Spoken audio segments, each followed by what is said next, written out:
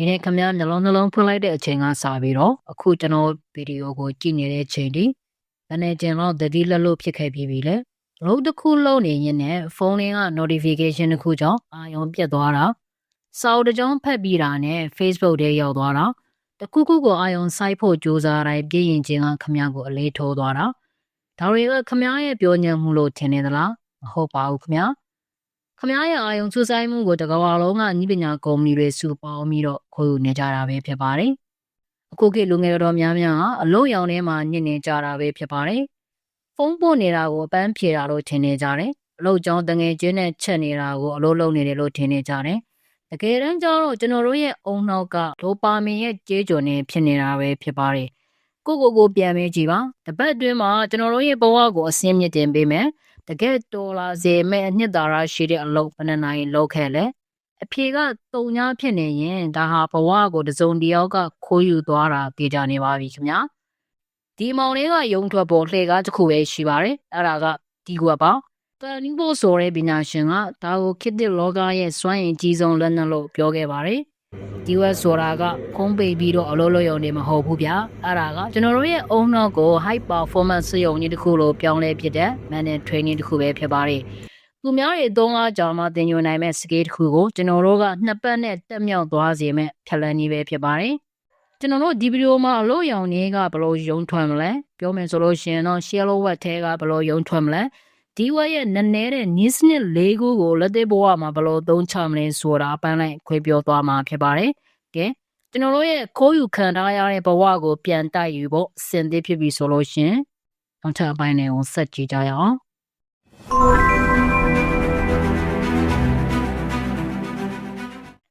်ရှေးလိုဝက်ကျွန်တော်တို့တနေ့တော်လုံးမှာအချင်းကုံဆုံးဖြစ်နေတဲ့ရှေးလိုဝက်ကြောင့်ရောစောက်ထဲကအတိုင်းအသေးစိတ်ခွေခြားစိတ်ဖြာကြည့်အောင်ကာနူဘောကရှေးလိုဝက်ကိုဒီလိုအသေးပဲဖွင့်ထားတယ်ခင်ဗျအုံနောက်ကိုရန်ကြီးသုံးစရာမလိုပဲနဲ့အာယုံပြန့်လွတ်နေတဲ့အချိန်တွေမှာတော့လိုရတဲ့အလုံမျိုးကိုဆိုလိုခြင်းဖြစ်ပါတဲ့ဒါဟာကျွန်တော်တို့ရဲ့စွမ်းရည်ကိုလည်းမတက်စေဘူးခမားကိုလည်းတန်မိုးရှိတဲ့လူဖြစ်မလာစေဘူးအစိုးဆုံးကပါလဲဆိုတော့ဒီလိုအလုံမျိုးကိုခမားမဟုတ်လေတခြားဘယ်သူမဆိုလွယ်ကူကူအစားထိုးပြီးတော့လုံနိုင်တာပါပဲလူငယ်တွေဘာလို့အလို့ရောင်နေရောက်နေတာလဲဥမာပြမယ်ဆိုလို့ရှင်တနေ့ကုန် email စစ်နေတာ Messenger မှာအလုပ်ကြောင်းပြောနေတာ meeting တွေအများကြီးတက်နေတာဖုန်းထဲမှာ information နဲ့လိုက်ဖက်နေတာဒါတွေကိုအလုပ်လုပ်နေတယ်လို့ကျွန်တော်တို့ရဲ့စိတ်ကပညာနေတာပါကျွန်တော်တို့တနေ့ကုန်ပြင်ပန်းနေတာကအလုပ်တွေအောင်မြင်လို့ပြင်ပန်းတာမဟုတ်ဘူးအာယုံစူးစိုက်မှုတွေပြန်ကျဲနေလို့ပြင်ပန်းနေတာပဲဖြစ်ပါတယ်ဒါဟာခေတ်သစ်လူငယ်တွေရဲ့အကြီးဆုံးကြော်ကွန်းပဲဖြစ်ပါတယ်ကျွန်တော်တို့ဟာဒီ shallow wet တွေလုံရင်းနဲ့ကိုငါတို့စူးစမ်းနေတာပဲဆိုတဲ့အမှားကြီးထဲမှာတာယာနေကြတာပဲဖြစ်ပါတယ်ဒီနေရာမှာစာအုပ်ထဲကအရန်ရေးကြီးတဲ့အချက်တစ်ချက်ကိုပြောပြချင်ပါတယ်အဲ့ဒါကတော့ attention research လို့ခေါ်တဲ့အာယုံကျွမ်းကျင်ပဲဖြစ်ပါတယ်ခမည်းကအလုပ်တစ်ခုကိုအာယုံစိုက်လုပ်နေရင်ဖုန်းကိုခဏလေးထုတ်ကြည့်လိုက်တယ်ဆိုပါစို့အဲ့ဒီအချိန်မှာခမည်းရဲ့အာယုံကအလုပ်စီချက်ချင်းပြန်မရောက်တော့ဘူးခမည်းအုံတော်ရဲ့အစိပ်ပိုင်းတစ်ခုကဖုန်းထဲမှာကျန်ခဲ့တယ်အဲ့ဒီအစားအနာတွေအလုပ်စီပြန်စုစည်းဖို့အနည်းဆုံးမိနစ်20ကြာတယ်လို့ဆိုထားပါတယ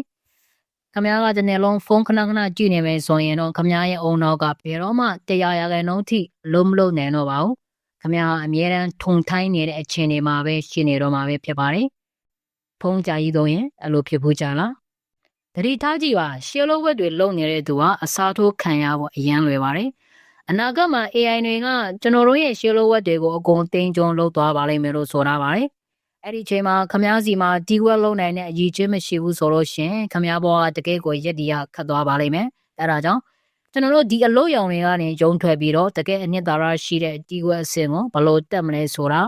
နောက်ပိုင်းမှာစက်ကြည့်အောင်ဒီဝက်စာအုပ်ရဲ့တကယ်အနှစ်သာရနဲ့လူငယ်တွေရဲ့အကြီးဆုံးပြိုင်ပဲဖြစ်တဲ့အာယုံပြန့်လွတ်မှုကိုဘလို့နိုင်ယူမလဲဆိုတာကာနူဘောရဲ့စာအုပ်ထဲမှာသူကဒီလိုပြောထားတယ်ခင်ဗျဒီဝက်ဆိုတာနှောက်ချက်ကင်းတဲ့အချိန်တွေမှာခမားရဲ့အုံနောက်စွမ်းရည်ကိုအစွမ်းကုန်အသုံးချပြီးတော့လုပ်ရတဲ့အလုပ်မျိုးဖြစ်ပါတယ်ဒါစာဖတ်တာအလုပ်လုပ်တာတစ်ခုတည်းကိုပြောတာမဟုတ်ဘူးခမားရဲ့အုံနောက်ကိုပြေရောတစ်ခုနဲ့စိတ်ညစ်လိုက်တာကိုပြောတာပဲဖြစ်ပါတယ်ဥပမာဗျရေကူးတဲ့အခါရေမဲနဲ့ပြန်မှာကူးနေတာမဟုတ်ဘဲနဲ့ရေအောက်ထဲကိုအသက်အောင့်ပြီးတော့ငိုရှိုးသွားသလိုမျိုးဖြစ်ပါတယ်အဲ့ဒီအချိန်မှာခမားစီမှာဖုံးမရှိရဘူးတခြားအတွေးတွေမရှိရဘူးလုံနေတဲ့အလုပ်တစ်ခုတည်းပဲရှိရမယ် ဘာလို့ဒီစွမ်းရည်ကအခုခေတ်မှာရန်ရေးကြည့်တာလဲစာအုပ်ထဲမှာအချက်နှစ်ချက်ပြထားပါတယ်နံပါတ်1ဒီဝါဟာအင်မတန်ရှားပါလာပါတယ်လူတိုင်းကဆိုရှယ်မီဒီယာကြောင့်အာရုံပြောင်းလွန်နေတဲ့အတွက်အာရုံဆူဆက်နိုင်တဲ့သူဟာရှားပါပစ္စည်းဖြစ်လာပါတယ်နံပါတ်2ဒီဝါဟာအင်မတန်တန်မိုးရှိပါတယ်ခက်ခဲတဲ့နည်းပညာတွေစကေးတွေကိုမြန်မြန်တက်ချင်ရင်ဒီဝါမပါပဲမရပါဘူးအဲ့တော့ခေတ်သစ်စီဝါရဲ့လောကမှာခမားကခက်ခဲတဲ့အရာတွေကိုမြန်မြန်မတင်ယူနိုင်ဘူးဆိုလို့ရှင်ခမားအမြဲတမ်းနောက်ကောက်ကြနေမှာပဲဒီဝက်လုံးနိုင်တဲ့သူဟာတခြားသူတွေတပတ်ကြာမှတက်မြောက်နိုင်တဲ့အရာကို3ရက်ထဲနဲ့တက်သွားနိုင်တဲ့ဖြက်လန်းကိုပိုင်ဆိုင်ထားသလိုပါပဲ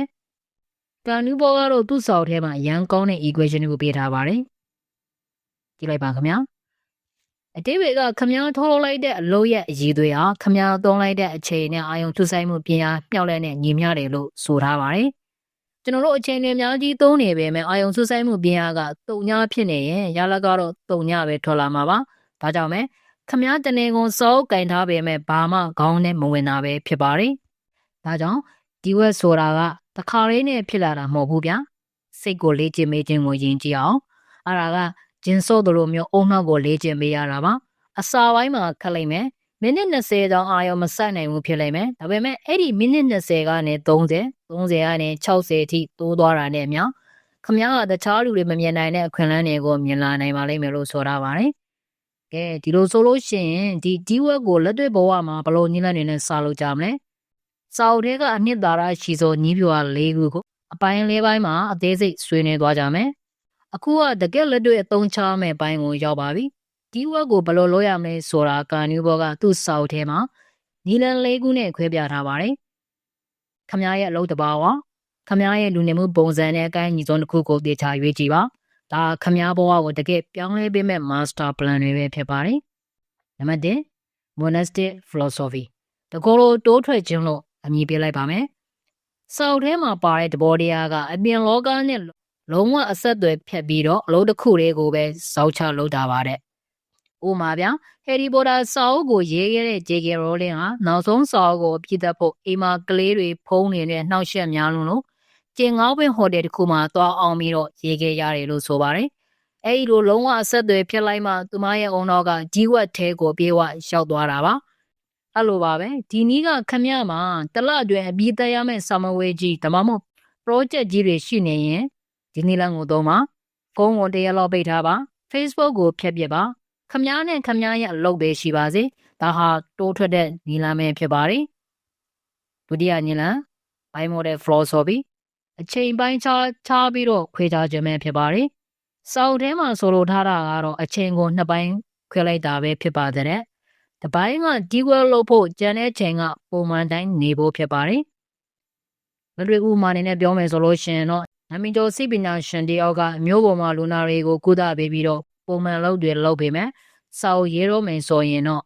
ရွာဘက်ကသူ့ရဲ့တီးတဲ့အိမ်လေးကိုတွားပြီးတော့အချိန်ငယ်အောင်နေတတ်ပါတယ်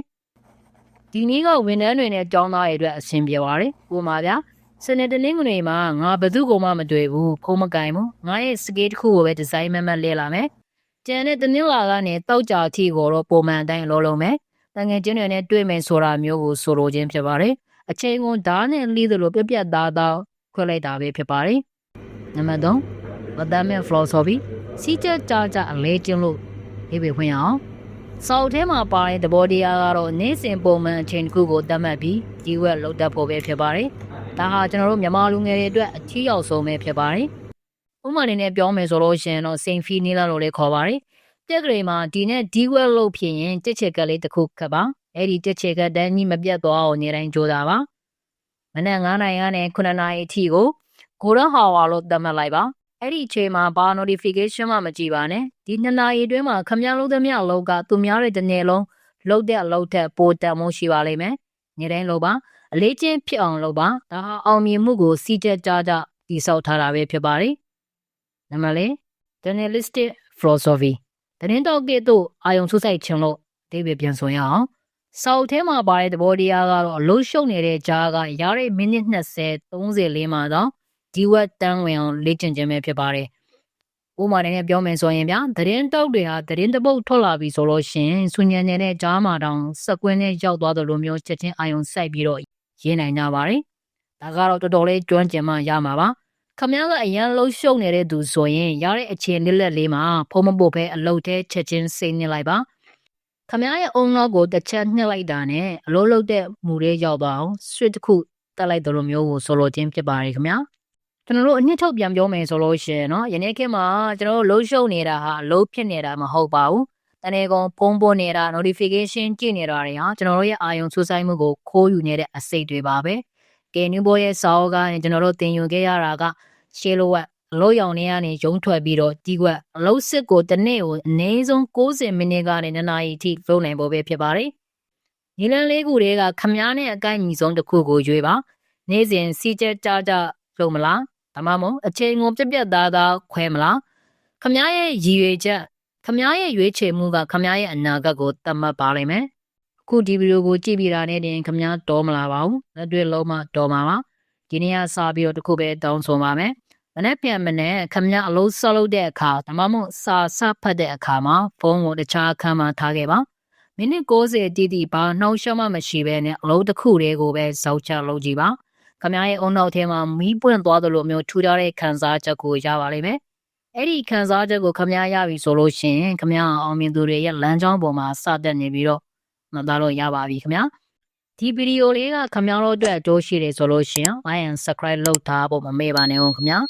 ခမရရဲ့တငယ်ချင်းတွေထဲမှာလည်းအာယုံပြန့်လွယ်ပြီးတော့ဘာလို့လုပ်ရမှန်းမသိဖြစ်နေတဲ့သူတွေရှိရင်ဒီဗီဒီယိုလေးကို share ပေးလိုက်ပါနောက်ထပ်ဘေးဆောက်တွေကိုညှစ်ချုပ်ပေးစေခြင်းလဲဆိုတာ comment မှာရေးခဲ့ပေးလို့ရပါတယ်ခင်ဗျာအချိန်ပေးပြီးတော့နောက်ထောင်ပေးတဲ့အတွက်ကျေးဇူးများကြီးတင်ပါတယ်အနှစ် channel နဲ့အတူပိုကောင်းတဲ့ဘဝတစ်ခုကိုအတူတူတည်ဆောက်ကြရအောင်နောက်ဗီဒီယိုမှာပြန်တွေ့ပါမယ်ကိုလပါ